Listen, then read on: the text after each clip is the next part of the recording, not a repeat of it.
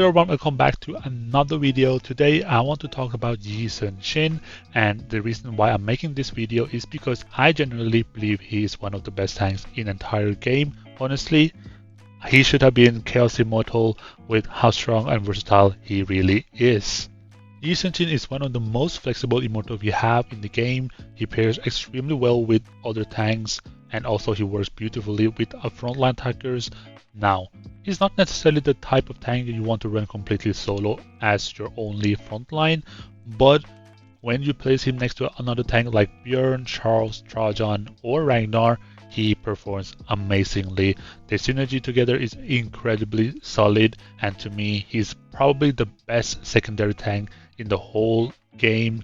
Nobody can come really close to when it comes to the utility, flexibility, and consistency that brings in that role. Now let's take a closer look at Yi Sun Shin and why I do believe he is a Chaos Immortal worthy. Look at this Guard of Devotion, channel and create an area of protection for 6 seconds.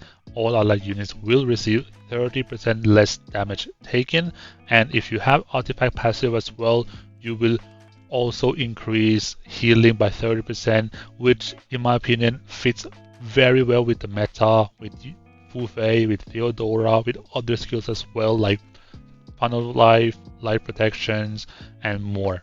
And I believe that if he didn't have the skill, I believe the next Chaos Immortal that is a tank will probably have a skill very similar to Yi Sun Shin. And the stat wise, I believe the stat wise is very good. Here I focus only on physical defense because I want Yi Sun Shin to have a very high defense while I use magical resist as a skill here with Master Edges as an aura on different immortal and resist stacked together. I believe he is very good because you don't have to balance it out or split it out between physical and magical defense. I'm just going all out on physical defense as a stat here while using magical defense as a skill because for me it works really well. Now let's take a look at Yi Sun Shin's combination. In my opinion, Yi Sun Shin's combinations are really special because if you remember the first double tank you guys probably seen like back in the days, Charles with Yi Sun Shin. The idea behind this mod is to time out enemy whales to when you're defending, right? You're probably not going to do a lot in the attacking part, but defending you're probably going to be timing out the enemies, which was the whole main idea behind the double tank. But when the time went by, maybe a couple months, and people start to get Fu Fei in the back line, you start to see Bjorn coming in. And first time I tried Bjorn was last year during the KVK with server 38. That's when I bring it out forward, and that's when we start to be seeing the energy mastery coming into the game as well with more burst heavy meta. And these two right here is a mainstay and still very good today. And while we have that or this combination, I was very curious, so I tried Trajan as well in a fire mod, working really well. It's not gonna be like top tier, but it's gonna perform for you as much as I would say a very strong free-to-play casual spender mod right there. Same thing with Ragnar. Ragnar is a little bit different, right? Ragnar actually helps out directly to a mage. So if you have a Himiko backline or you have a Merlin or something, it will perform for you. And I've seen some very strong matches with these two combined with Merlin, either Himiko or some other else. It's gonna work for you. And nowadays I'm working on Anubis, which gonna be my next, gonna be my main formation that I'm gonna be running with, just because I just want to be a little bit different. I want to see something else. I want to try something else for my own instead of having running the same mod for the whole year. So I'm looking forward to see Anubis getting maxed out, and from what I've seen so far, I've seen Anubis, Yi Sun Shin with Loki and Fu Fei. I think that is very common, but I'm here to run different mod, different backlines, so hopefully that's going to work out. But if you look at some other tanks as well, in the Lightning you have Tokugawa, also works pretty decent. Keep in mind Tokugawa is very similar to Charles, so you might have to build a little bit different than, for example, if you had Ragnar and Trajan in your team, but he will probably perform for you decently as well. And if you have a lightning main with, for example, Khan, Amurabi backline with Xiao Xiao or Fu Fei, if you have that, will perform for you quite decent. I've seen some people make it work, and I've seen some people didn't, but I think it's a very cool concept to have. And then you have, for example, like Julius Caesar.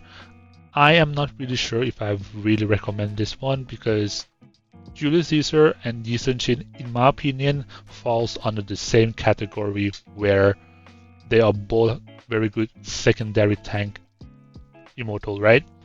They are not good at like solo tanking. For example, like Tokugawa, right? He's a better solo tanker. Charles, better solo tanker. Athena, solo tanker as well.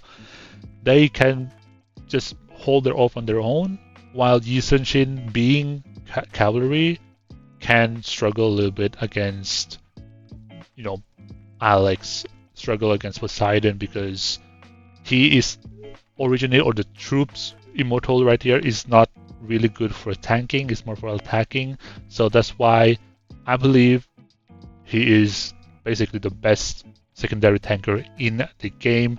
So yeah, that's some of the combinations that I've used personally. Have you guys tried him with somebody else? Let me know in the comment section, because I would love to try that as well. So before we end this video, we have to talk about how easy it is to obtain his immortal fragments and artifact fragments. Nowadays, you can get him via Golden Path, both artifact fragments and immortal fragments, while Kingdom Hill, you can get his immortal fragments, and Stellar Compass, you can get artifact fragments from there as well. So it's not that difficult anymore to grind as a free-to-play compared to before, where you only can obtain the artifact fragments from the Cinder Shop and the immortal fragments from the Golden Path, where you can actually buy more before than now. But I think they want to nerf that, because it was quite easy to get 3,800 fragments to max his specialization from there. So yes, a lot of people still going for Yi Sun Shin, and he's still going strong. I'm using him. I don't have any plans to move him out of my team yet, and I don't think I will ever remove him from my team. And if I do, I'm probably going to make a video about that. But for now, he is, in my opinion, the most flexible, the best secondary tanker in the game. And I explained to you guys throughout the video, he is worth getting no matter what. He is going to be good in early game, mid game, end game, or whatever game you have for him. He's going to perform for you in PvP, PvE content as well. So yeah, that's my take on him. What do you guys think about Yi Sun Shin in general? Do you guys enjoy using him, and why do you think he might be perfect for you if you don't have that in the future? So yeah, that's it for me and this video. Thanks you guys for watching, and see you guys in the next one.